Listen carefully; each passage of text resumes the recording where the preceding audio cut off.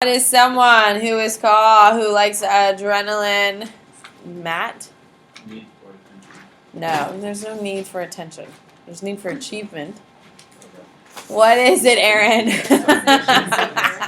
Sensation seeker. On your whiteboard, please tell me.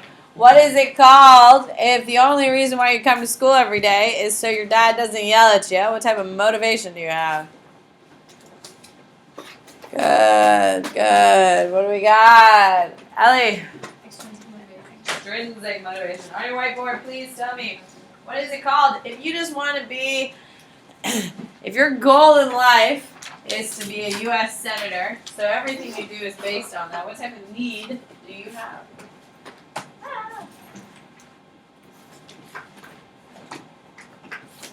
Need a vacation. What is it, Bailey? Need for achievement. That's not what my girl Kayla back there is feeling right now. Are you okay? She's like literally like just like has collapsed every time she holds up a board. She just cannot do it. All right, let's get this going. All right. So yesterday we got through all of the big theories. Today we have. This week has worked out pretty well. I have just a couple of things to cover, but the biggest one, of course, is going to be Maslow, and that is his needs. So if you look on the back of your study guide, this is pretty much it. First of all, I would like you to draw maybe like a triangle kind of thing. It's important that you understand it's a triangle. Hello? Hello? It is number 7. If you want to draw a triangle there and then like come in like what I would do. All right, now that I have pulled my head around it, stop it. What I would do for number 7, I would draw a triangle, small, and I would just have it so it goes level 1, 2, and however many there are. Does that make sense? And then over here, I would write level 1 is need, physiological need. Does that make sense? Yeah. Okay, because there's no way you're going to have enough room to do it. Number 1 is at the bottom. Number 8 is at the top. Does that make sense? Make it a small triangle because you're not going to have that much room. If you did something else, that's fine, but you need to understand the layers. You need to understand how they all work. Does that make sense? Hello? Yeah. Yes. Okay. Now, do it with me. Do not start at the top because you can see the top. Maybe you can't see the bottom. Do it with me. I am doing the bottom because it's a triangle. You can't have a triangle unless you have a bottom.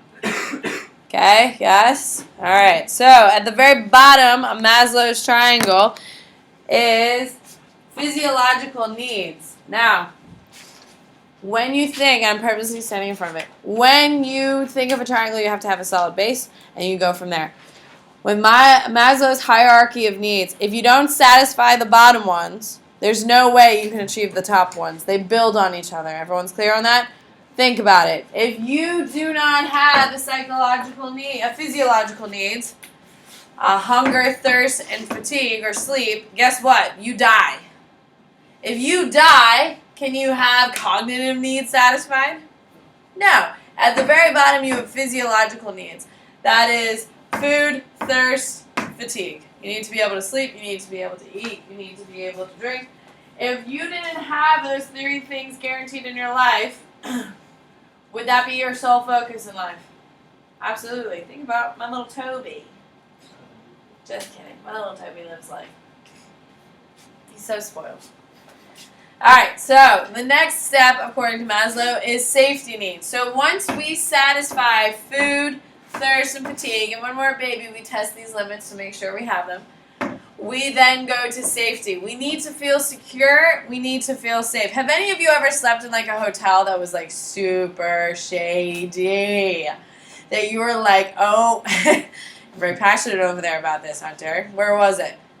Cape Coast, Costa Rica. Okay. Yeah, you could have died there. You literally could have. Okay, if you've ever been to a hotel or a motel or in some place you were sleeping and you really were sure it was unsafe, so I've driven up and down 95 to get home to Boston and down to Florida and all that stuff. And one of the first time we did it, we were moving from Boston to Florida. All four of the 5 of us were in a van with a moving truck following. Like the moving truck was moving around at the same time, and we had all of our valuables, like the stuff we didn't want to put on the moving truck. You know, like my mom's antique silver.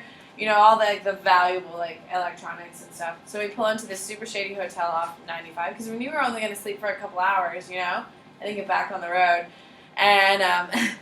So we open the door to like the van, and some guy comes around and he's like, I see you got a lot of stuff. And then just kept walking. And so my dad was like, literally just came out as he watched this happen, who just paid for the room, and he walked right back in and says, you can keep your room. And we went somewhere else. It was the craziest thing. And like we slept in a couple of really shitty places, and it was like 5 or 6 drives up north. Pretty crazy. So, what it means, Hunter, in your little destination, did you sleep well? No, you're constantly every single thing creaks and cracks and stuff, and you're wide awake. All right, if you don't feel safe, it's the only thing you can think about. It's the only thing you can be concerned about. It's the only thing you can process. Okay? Your next step, so once you satisfied physiological and safety, then you can deal with belongingness. Okay? So, belongingness is dealing with your family, feeling loved, and all of those things. If you are a kid who's being sexually molested, okay, can you feel belonged and loved and all that stuff at the same time while that's all going on? No. Okay? So, if you don't have safety concern, then there's nothing above it that you can do. Okay? Now, if you have been abused and you're addressing it, you're going through it, you're dealing with therapy, and you're going head on, then absolutely you can go up. But while you're in the middle of this, so if you can't satisfy this, you can't go up. So the next step is belongingness. So once we satisfy physiological, we satisfy safety, then we can feel love and accepted and belonging. Think about it. Could you imagine dating someone or having an intimate relationship with someone that you didn't feel safe with? No. If you can't feel safe with them, then you can't feel love for them. What up, Kayla?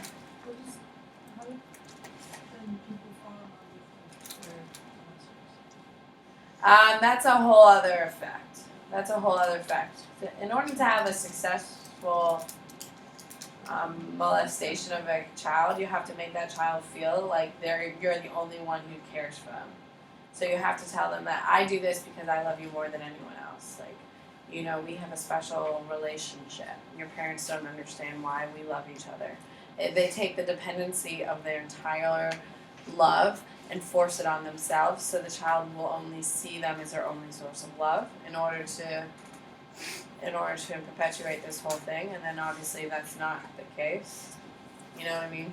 They're exploiting the kid for their own use, and that's why. Mm-hmm. Kids who've been abused have a lot of psychological issues for the fact that they were sexually abused. Yes? And then on fact, that abuser typically challenges each of their relationships in order to take advantage. Like, if your mom really loved you, then she wouldn't have done this, this, and this. If your mom really loved you, they have to break down all of your other trust issues in order to gain some sort. I'm talking about more sustained ones. Does that make sense? That's why. Alright. Also, no one wants to live in a world without love, Kayla. You know what I mean? And it's easier to justify in your head the abuse if you really think that person loves you, and that's why they're doing it to you. It's also one of those coping mechanisms that if I love them, then it's a normal-ish thing. That makes sense? Kind of one of the justifications some people try to use. All right. Esteem. So once you feel love and once you're accepted, then you can feel esteem. That you feel competent. You gain approval, recognition, that you feel self-value too. Once you have that, you can do the know, the understand, and explore your cognitive needs. Then you have your aesthetic. You appreciate symmetry, order, and beauty. Self-actualization, find self-fulfillment, and transcendence is helping others. Okay?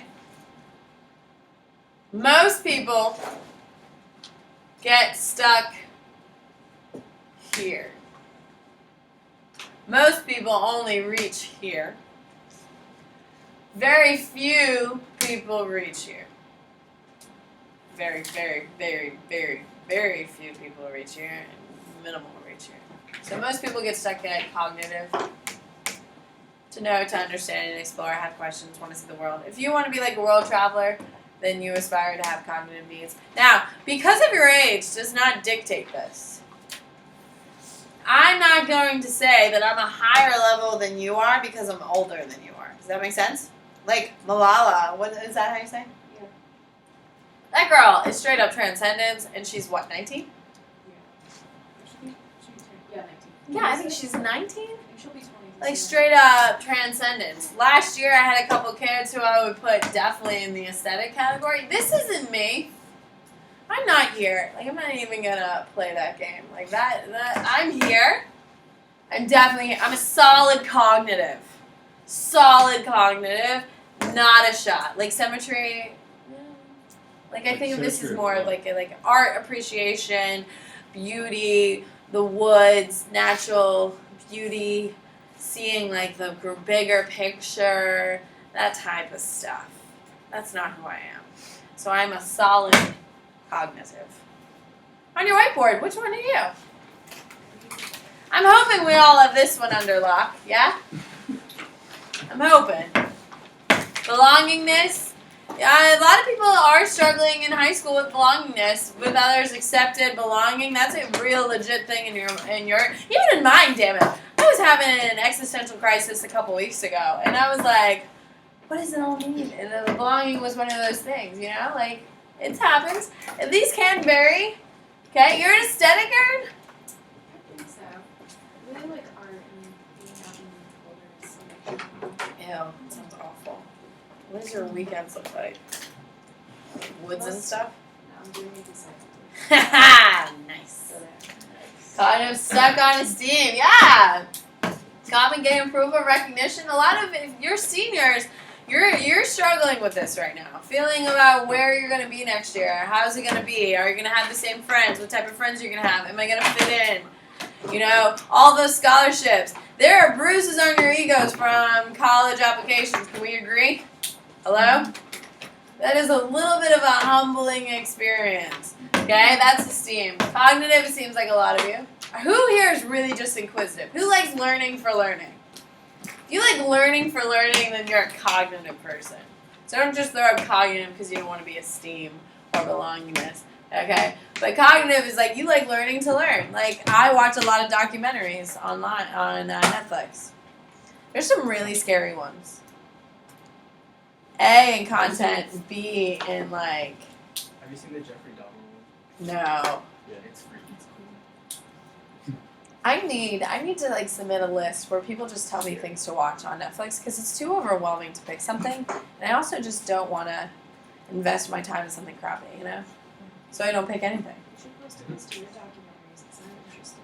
Oh my god. So China's India's Girls. Yeah, that one's really good. That one was insane. If you want to literally hate yourself, that's the one to watch. India's Girls. It's about a woman. It opens up with a woman who was raped by two men, and then what is it called when you put things inside people? Sodomized. On the back of a bus. She was literally cut to shreds, and then they rolled her off the bus into a ditch. And the men said they did nothing wrong. Just soak that in. That they did her a favor. In India in like 2009. They're in prison, but they haven't been executed. And they've done nothing wrong. And half the country supports the men, and half the country is outraged. By the way, she was going to be a doctor, get her medical license in about 2 weeks. She died. And her family, oh yeah, she died on the table, which is pretty amazing. She told them what their names were.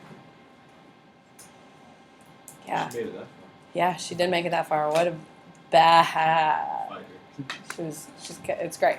Anyway, so it's all about analyzing the patriarchy in modern day India. Fascinating.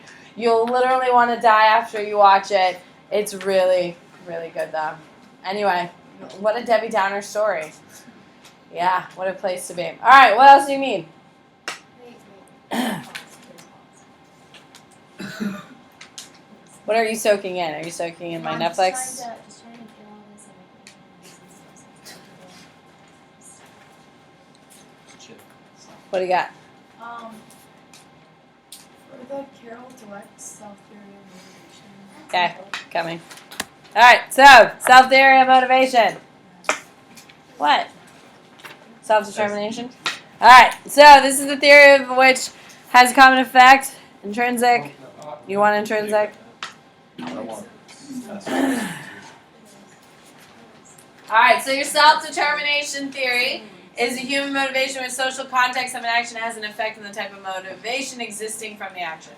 All right, so what that means, self-determination theory. If you come from a house, what? So it's the same definition as this. Because there's two definitions. There's self-theory of motivation and then there's self-determination theory. Are they the same? They're similar because one's broader and one's more specific. Like there's no definition for that. This is the definition of self-determination theory.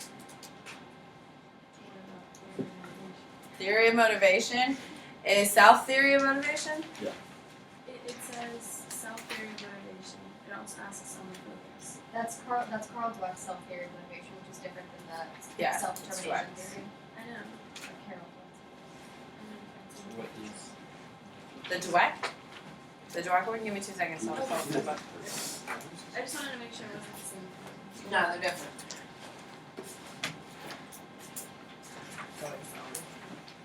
You have drank too much today, Will. Alright, so intrinsic motivation is on the front of your focus zone. Alright, you're so good. Oh my god, what have you been doing? Well, it's on my video, I did post it. What is this unit motivation? Chapter 8, page 3, and 9. That's what it's called. You were very helpful.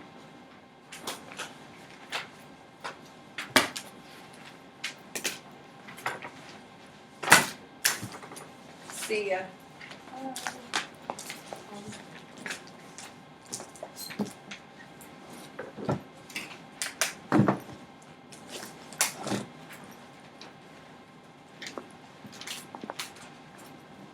Alright, so your Dweck self-theory of motivation is your need of achievement, need of power, and need of that. It's those 3 things. Oh, okay. That's what it is. Okay, No problem. No, because all these theories just thank they sound the same exact thing. Bye, darling. Alright, so intrinsic motivation. If you're motivated by yourself, like inside of you, you've decided something and then you go ahead and achieve it, that's intrinsic motivation. Like I want my kids to do well, so like I work hard for my kids to do well. I don't have to do that. I think you've seen a lot of teachers that don't do that. Yes? So like I want you to. Now some days, like this week, I'm a little struggling on my care for you because I'd much rather just hang out and do nothing. But I have an intrinsic motivation in order to help you guys do well and want you to do well. That's why I became a teacher, and I really do feel inspired by it, which is why I'm constantly trying to improve. Like recording my videos, being an AP reader. All of these things are things I'm trying to do in order to be better for my students. Your enthusiasm for me is really off the charts, Chris. Thank you for being excited for me improving myself. What? Ugh. What is something you're intrinsically motivated about, Chris?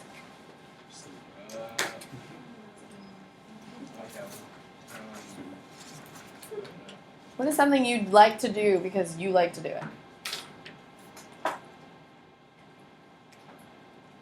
There's nothing in the world you like to do? Oh my god, you are so painful. Hunter, what is something you like to do because you like to do it? Fish. Like to fish. There you go. Are you good? Yes. Are you? Do you want to like make this like a career, or are you just gonna do it for like fun for life? Well, I'd like to catch. I don't know. Make a career out of it. Just catch bigger fish. All right. So that's intrinsic. He enjoys doing it. I don't really know where to go. Like I'm trying. Like you're outside my wheelhouse here. Can I go now? Nice. All right. So hunger. Hunger is caused by 3 different things. First of all, insulin. Insulin is secreted by the pancreas and controls. Is that anywhere? No. Let me check. This is next week. Is it next week? Let me check my test to make sure you know. Let's watch the video. They already told us like how well all of them. Should watch that documentary. Why? What? The what? The It's bell in and out of from the Metro extension. Health, That and it's insulin- gotta be as soft as Yeah. dogs. 92 inch. So. Oh yeah, with the You hormone. did. Mine's better. Keep it Low moving. over 80. What is this motivation? What's the difference? Drive is just walking to make yourself feel How better. many? 30 minutes. Drive reduction theory But it is wasn't that far. promoted. When they did it It's like relating drive to Okay, ladies and gentlemen, you do need this. Okay. You do need a couple things, so here we go. You need to know that your insulin causes for hunger, and that is where I would write. You got room on your focus, you got room somewhere. Causes for hunger: insulin, stomach, pancreas, hypothalamus. What? Stomach. Stomach saying. What? So, if you could inject glucogens and insulin, you would never leave hungry. I guess. I don't know. What? You would never have to eat again. Well, no, sweetie. You can't not eat. You may not be hungry again. No. No, because all the glucagons do is they convert the excess glucose into adipose tissue, which is just fat tissue. So you have to actually eat something in order for that to be activated to work to have fat in your body. And nonetheless, Okay. Yeah, no, thank you. What did you say after Stomach and then hypothalamus. I thought you said Pancreas and hypothalamus. Okay. You also, you're fine with that. Social cues for hunger. There are social cues, as in when meals are supposed to be eaten at noon. Aren't you always hungry around noon? Hello? Huh? I'm always hungry. Cultural customs. Some people have big dinner. I don't know why I just can't think today. And food preferences are all social cues. Comfort device. Anyone here a food comfort person? It's my kind of people. Ellie, what? You said earlier this week that you would tell us the difference between the arousal, approach, and arousal theory because you said it saying that you wanted to just copy. Let me get through a couple of these things that I'm literally looking at the test that I'm trying to make sure you have. So I'm not trying to not care. But I do want to make sure I have them. Okay. What is the Cultural customs. Like here in the United States, it's not necessarily a cultural custom that you eat. Who eats dinner with their parents every night? Who eats at a kitchen table every single night? Okay. Who here typically always eats in front of the TV? We're very proud of that. Who here typically eats by themselves? All right, so see, America, and it's not a perfect example, but America is typically has a lot more independence on food. While a lot of other countries, it's required. Like in Italy, like Italian. I hate all of you No, so that's right. much. In Italian. You're saying In their native tongue. Congratulations. You're saying. Corey, you are awful. You are awful. But you have the biggest grin with your little dimples, and you're just so proud of yourself every time you say something. It's so funny. Oh my god. Ah. It's true. Every time he says something he thinks is funny, he gets a huge grin, and he just giggles. And so that's part of the problem. So it's That's eating right. food. Yes. Together. Yes. Yes. People eat together. Okay, bees. You can't laugh with them too. If I lose you, Brooke, then what will I have? The world would go into chaos. I need you. Thank you. You do need to know that obesity is when you have 20% more body fat than you're supposed to for the average weight. Anorexia is when you don't eat, you restrict your diet to limit as much as you possibly can. And bulimia is when you binge and purge. So you eat a ton of food. I know, but you have one question on it for your test. It's not hard. I've already covered it. Who was that? Was it you, Allie? It's not in our book, so it's not in our outline. It's in our book, but it's not until next week. So it's not I know. So that's why I'm covering it right now. It's not Oh my god. What was Wait, that? is Is that that a a rat? rat? Yeah.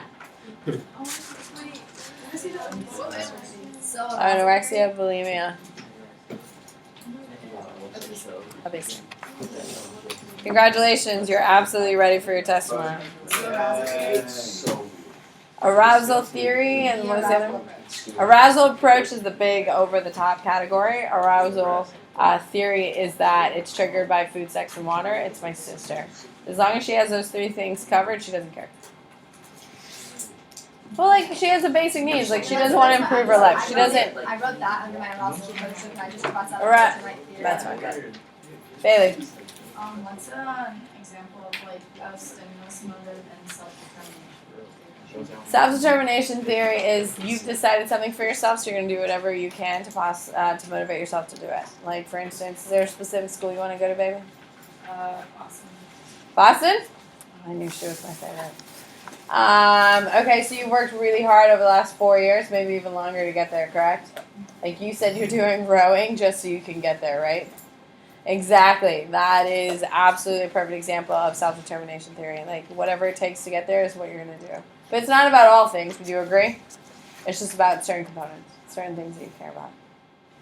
All right, what else? Might as well look at your sheet. I might as well fill it in. Humanistic approach. Humanistic approach is looking at all factors that make humans special, and saying that humans can change anything they possibly want, and saying that everything is in a person's potential. Marie, what? Did you describe self-theory and motivation? No, I did self-determination. Okay, they're two different things. Self-theory is your need of achievement, need of power, need of affiliation. Oh, okay. I see you, Margot. They can't yell at Marie and then not yell at Margot. That would be unfair. Anything else? How much time do we have? About 6 minutes. Yeah, 38. Let's see what I have. Rusty. No, Rusty is not coming back. Huh? No, he's not. Is that the, Any what videos? Can we watch my Can we public please video watch- again? Can we please watch the Kevin Hart. That's my favorite video. Oh, the Not like that. I've Oh, I got saw it. I no saw it. motivation and emotion. He did it in like a football.